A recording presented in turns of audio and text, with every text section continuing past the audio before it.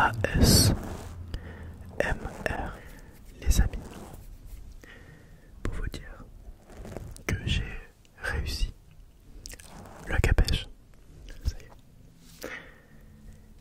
C'est enfin terminé. Ça y est. J'ai reçu les résultats du capège et mon nom est apparu. Je suis genre juste trop heureux d'avoir réussi le capège. Le capège, c'est le certificat d'aptitude au professorat d'enseignement des jeunes sourds. Et c'est une formation sous forme de master et d'inspection. J'arrive pas à y croire d'avoir réussi du premier coup. Et même si là vous voyez pas ma joie qui est immense, je suis juste hyper heureux. Je vais un peu vous raconter mon parcours. Mon parcours scolaire.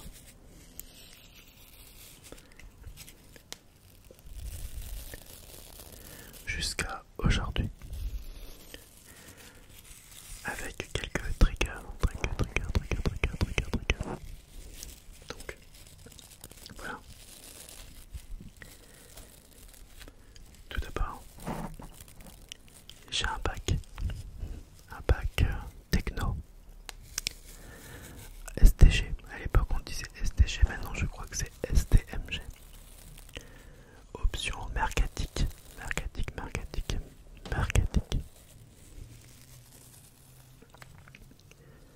Après avoir eu le bac,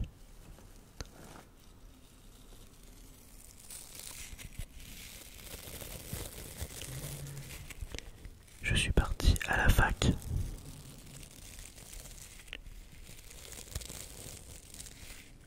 Pour faire une licence de psychologie.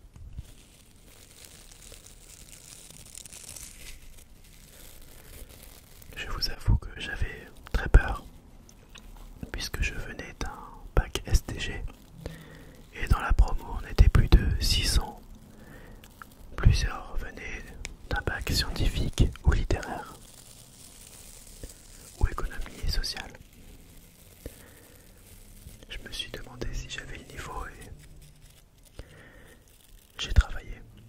Et au bout de 3 ans, j'ai validé ma licence de psychologie.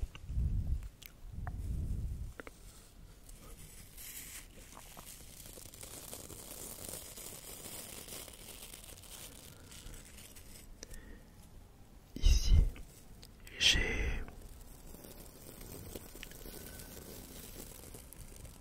fait un master dans l'enseignement, le master M1MEF.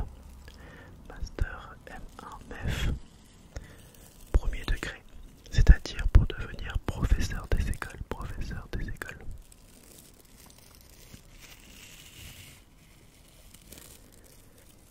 Mon M1 a été vraiment, le premier semestre a été vraiment difficile, puisqu'on réétudie les sciences, les mathématiques, l'astronomie.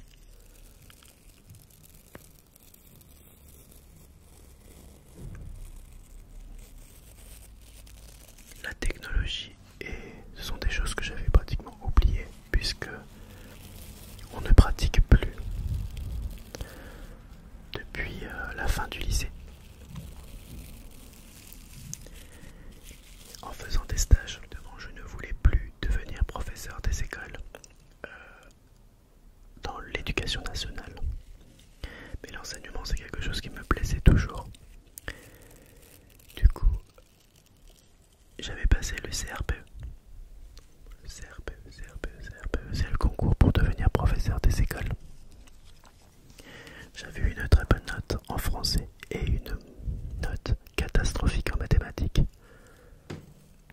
Je crois que j'avais eu un 10 sur 40 en maths. Et 27 ou 28 sur 40 en français. De toute manière, j'avais fait ce concours sans me préparer. Bref, je finis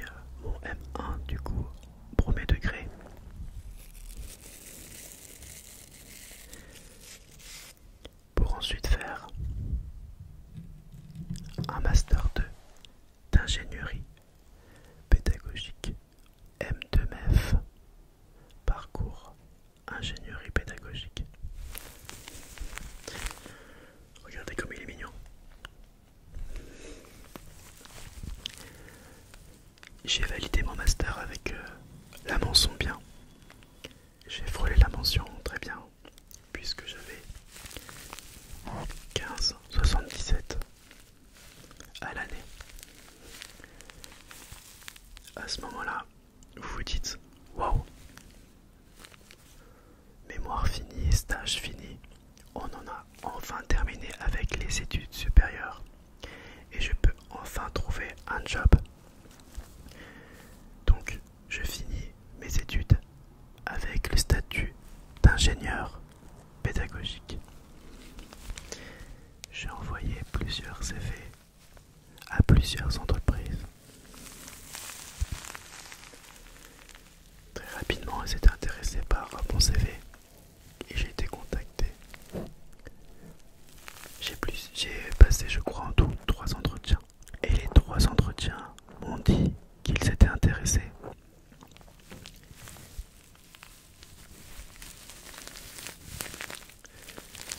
J'ai donc accepté celui qui me fascinait le plus, c'est-à-dire travailler dans un institut qui accueille des jeunes sourds. C'était le plus proche de chez moi et en même temps celui qui proposait peut-être plus de challenge. Donc j'y suis allé et j'ai eu un énorme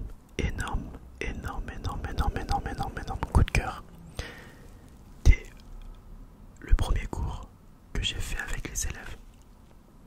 Et là je me suis dit ouais, je veux en faire mon métier. Mais pour être professeur dans un institut qui accueille des jeunes sourds, il faut avoir un diplôme spécial pour cela. Et il n'existe qu'un seul diplôme en France. Et c'est à Chambéry. Chambéry accueille des professionnels dans leur établissement qui s'appelle le CNEVED. Je crois que c'est CNFEDS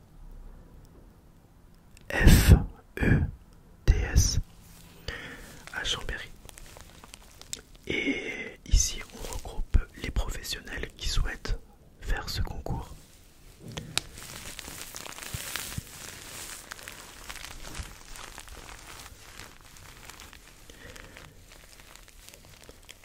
Et c'est un master, c'est-à-dire que je dois retourner faire un master. Sachez une chose, c'est mon employeur qui a payé ma formation, mon logement, les trajets pour Chambéry, Metz, et on me versait toujours mon salaire à 80%. Ensuite, pour être dans ce master, il faut que tu sois embauché dans un institut qui accueille des jeunes sourds. Parce que plus tard, tu vas devoir faire un stage en M1 et également tu vas devoir passer des inspections avec une classe de jeunes sourds en M2. Donc il faut que tu aies un établissement qui t'accueille pour que tu puisses passer des inspections. J'ai passé mon M1 et ensuite je suis allé en M2. Et mon M2, c'était un premier semestre où tu avais des partiels.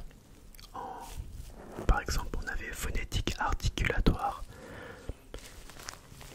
On avait aussi français, mathématiques, histoire, sciences.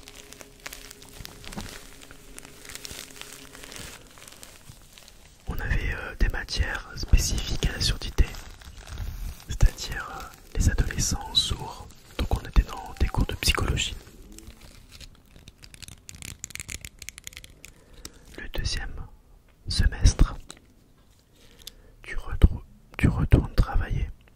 Donc ton établissement te donne une classe et des élèves pour passer des examens.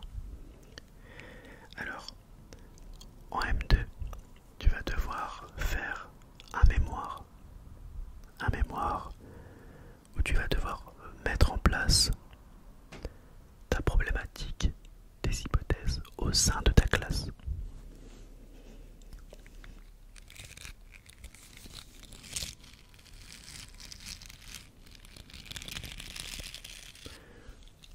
Ensuite, tu dois passer le C2I2E. C2I2E, c'est un dossier informatique pour que tu aies une sorte de diplôme informatique pour les professeurs. Et enfin, tu as les inspections. Donc, pour avoir le CAPES, il faut avoir son master et il faut avoir les inspections. Donc, j'ai eu mon master et j'ai eu mes inspections. Comment se passent ces inspections? Tu vas recevoir une date. J'ai passé mes inspections le 26 et 27 mai. Tu as plusieurs choses à passer. Tout d'abord, c'était je crois le mercredi 26 mai. Il y a un jury avec l'inspecteur pédagogique ainsi que un directeur d'un autre établissement.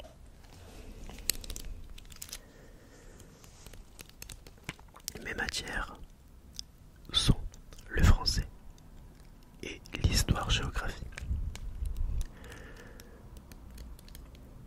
Premier jour, ils sont venus me voir en séance de parole individuelle et séance de parole collective. Entre chaque séance, j'avais un entretien de 15 minutes où l'inspecteur et le jury me posaient des questions. Exemple de question, quand vous regardez l'audiogramme de cet élève, quelles informations peut donner cet audiogramme pour construire vos objectifs articulatoires? Ça, c'était une de mes questions.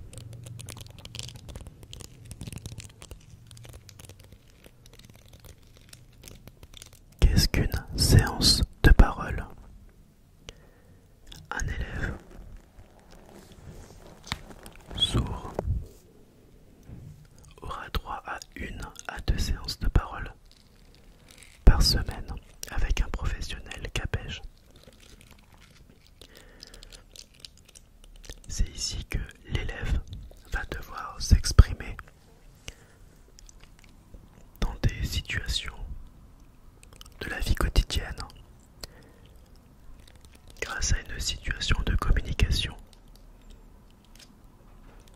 Il va échanger avec son professeur et c'est ici que l'enseignant va devoir repérer des erreurs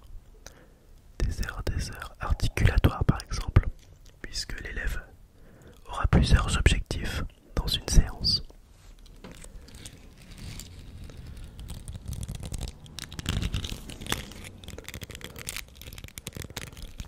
Ensuite, nous avons une séance de parole collective. Donc il y a plusieurs élèves autour d'une table avec un objectif de communication et articulatoire et bien d'autres objectifs prosodiques également. Les élèves vont devoir échanger entre eux.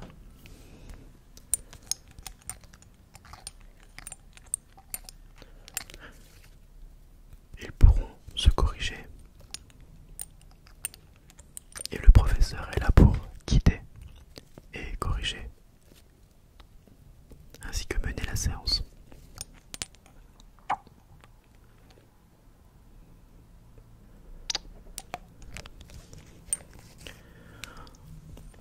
Enfin, le lendemain, nous avons une séance de français et une séance. J'ai choisi la géographie.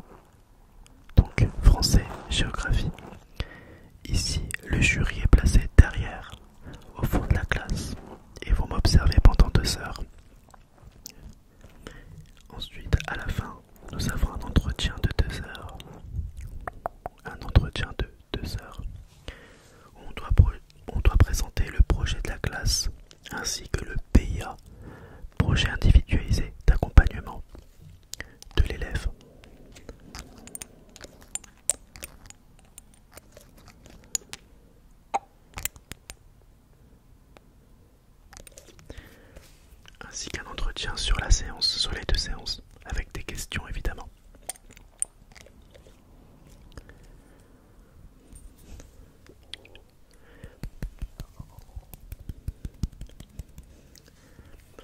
Et quand cela est terminé, nous recevons les résultats bien après, puisque je suis passé le 26 et 27 mai et j'ai reçu les résultats le 9 juillet à 9h52.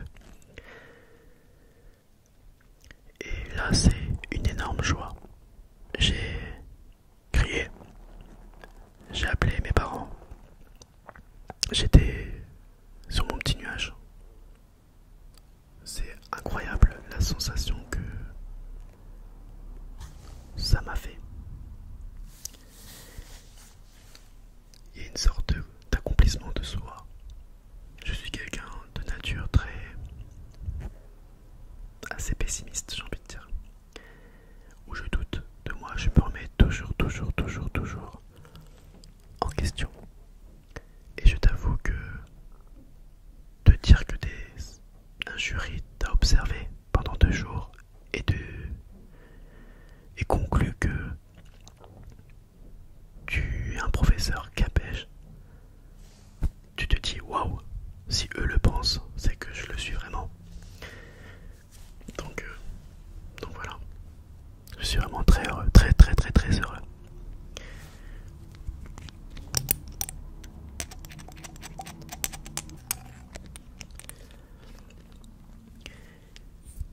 Et voilà, quand tu es professeur capège, déjà tu as une augmentation de salaire, tu remontes dans les échelons et ensuite ton métier change carrément puisque tu vas avoir des séances de parole, des séances en classe et des services. Tu peux avoir des élèves qui peuvent être dans des collèges ou lycées ordinaires et nous on est là pour les accompagner 1 à 2 heures voire 3 heures par semaine pour faire un peu de soutien, pour l'aider, l'accompagner. Et il est très important d'aider l'élève dans son projet. Chaque élève est différent. J'ai pas envie de dire pardon. Chaque enfant est différent. Et c'est très important qu'il soit guidé pour réussir et s'épanouir dans sa vie, à l'école, mais aussi dans sa vie familiale, privée.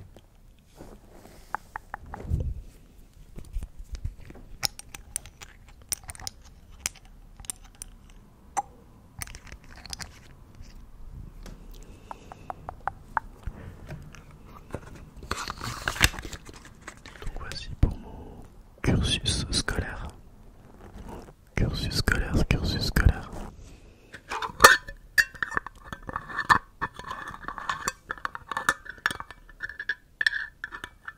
Je ne sais pas si vous connaissez ces bougies, les bougies de Charroux. Mais waouh, ça sent très bon. Ce sont des bougies artisanales.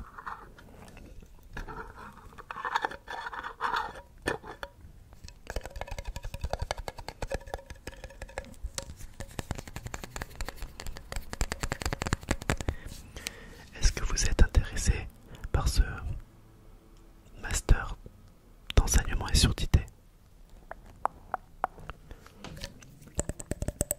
Est-ce que l'enseignement pour les jeunes sourds, ça peut vous intéresser? Je sais que sur cette chaîne, vous êtes 49% à avoir entre 18 et 24 ans. Peut-être que vous ne savez pas encore quoi faire. Et que